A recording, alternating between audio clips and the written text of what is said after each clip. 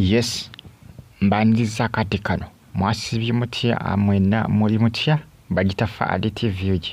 Abali mu America mbatumiddeko abali e Uganda, abali Toronto, Canada, USA, University of Chicago bagamba nti muli bakabi nnyo okubanga mujje kumirako bagita Faadi TV. Abiri wesaazi no ansonga z'amafina kubanga ayambako kubanga omwana akizindibika atirira.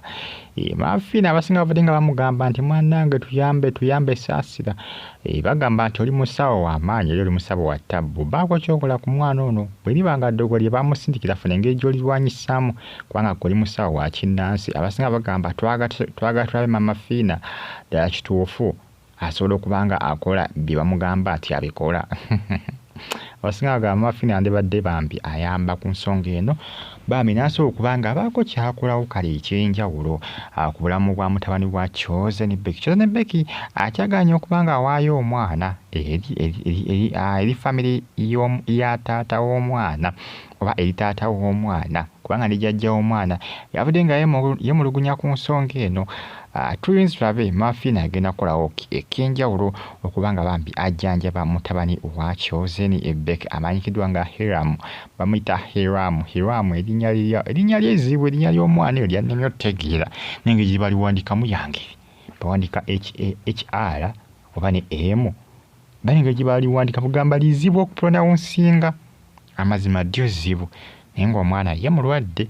Chosen Becky olunaku olweggulo namulabye ng'akulukusizza ku maziga. Mukazi we tabadde agezaako okubanga yeegumyagumya naye byagaanye.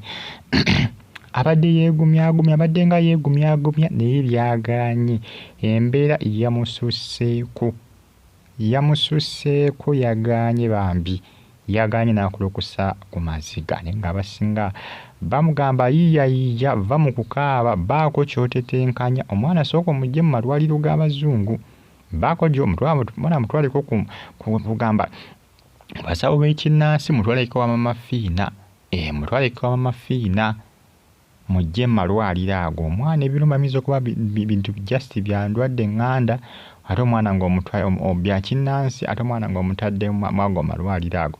Jjukira omwana abadde ng'abeera mu malwaliro ago naye nga bw'avaayo awonamu katono ng'addamu ate ku mulundi guno kyasusse lengera gwe amatama gonna mulimu amabwa nno mu matama munda omwo. Mabwa ge gamuzimbiza amatama gatyo kugamba ebiruma omwana byo bambi bitaba naye ng'abasinga bagambye Mama Fiina baako kyokola. Tulinze tulabe Mama Fiina agenda kukolawo ekyenjawulo.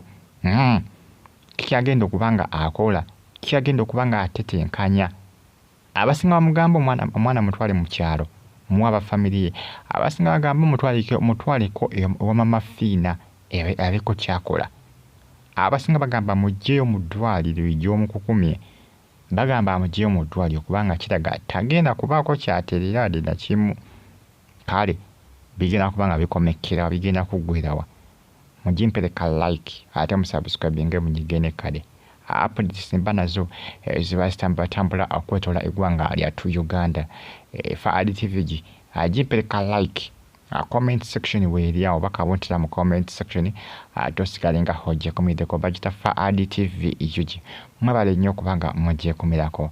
Eddogo eryasindikibwa omwana ono ani yalisindika? Abasinga bagamba nti taata w'omwana yalisindika ng'ayagala kubanga omwana ono nti amalako Chosen Becky emirembe akakane ng'akoze ki ng'ateesiteko amuwaddeyoko mu kika kye. Baba omugambo gusalibwa ku social media naye ng'omusajja yamuwoninga. Kivuna abasinga ku basinzira okugamba nti omusajja alabika alina kyamanyi. Omusajja nti ayinza okuba alina kyamanyi ku bulwadde obuluma mutabani wa Chosen Becky. Abasinga ku basinziira olwa statement omusajja gye yawa kubanga yo omusajja yagamba nti Chosen Becky omwana oyo oganye okumumpa nkusabye enfunda negamba nti omwana just mumpe Katonda aggyeko ewaka abakadde bamulabeko kuba omwana wange newankubadde kale saakuba buyambi ne kale mumpemu katono ngenda mumukuliza sirina mukuggyako omwana wo.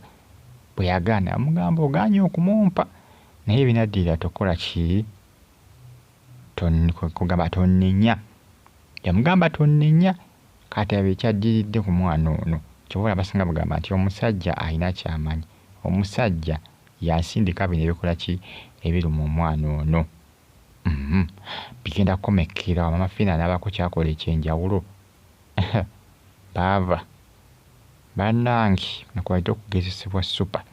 N'omuto bebi naye yabadde mu ddwaliro. Kugambye yasindika eddogo yasindika eddogo nga ligenda kutaataganya abaana ba Kyozzi ne Becky bonna. Si byangu. Naye munange omwaka tegumutambulidde bulungi omwaka guno bami mukazi wattu. Newankubadde kale abadde nga alwala nga mmalina eby'abaana kale okulwala naye kino kisusseemukko. Ensonga zeezo mwongere okuba nga musaba. Mwongere okuba nga musaba Mama Fiina banakkiriza Kyozzi ne Becky ani akkiriza n'amutwala Mama Fiina. Mama Fiina n'abaako kyakolawo ku nsonga eno kubanga yo situation erabika nga etankuuse. Situation erabika nga ekalubye.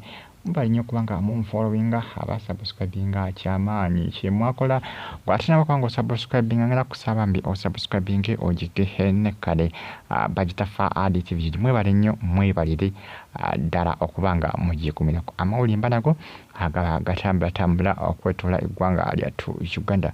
Bamuyita Kyozzi ne Becky ne mutabani we bambi omukulu era ng'omwami agamba nti omwana wagaana okumumpa aya kati gwamanya ebidiridde byonna gwanaamanya tonenyanga bw'atyo bwe yamugamba. Mama Fiina anaabako kyakola ekyenjawulo. Kyozzi ne Becky yanakkiriza omutwala wa Mama Fiina batitenkanye balabe oba banaabawo ekyenjawulo ekikolebwa oba agenda kumutwala mu kyalo. Kikyagenda okuba ng'akola kubanga ebintu byakusaawa biri bya mirundi ebiri ebiyinza okuba nga biyambako omwana ono ebiyinza okuba okumutwala ewaka oba okumutwalako ewa Mama Fiina okumutwalako ewaabwe gye bamuzaala e Masaka gye bazaala taata w'omwana. Bibe munnange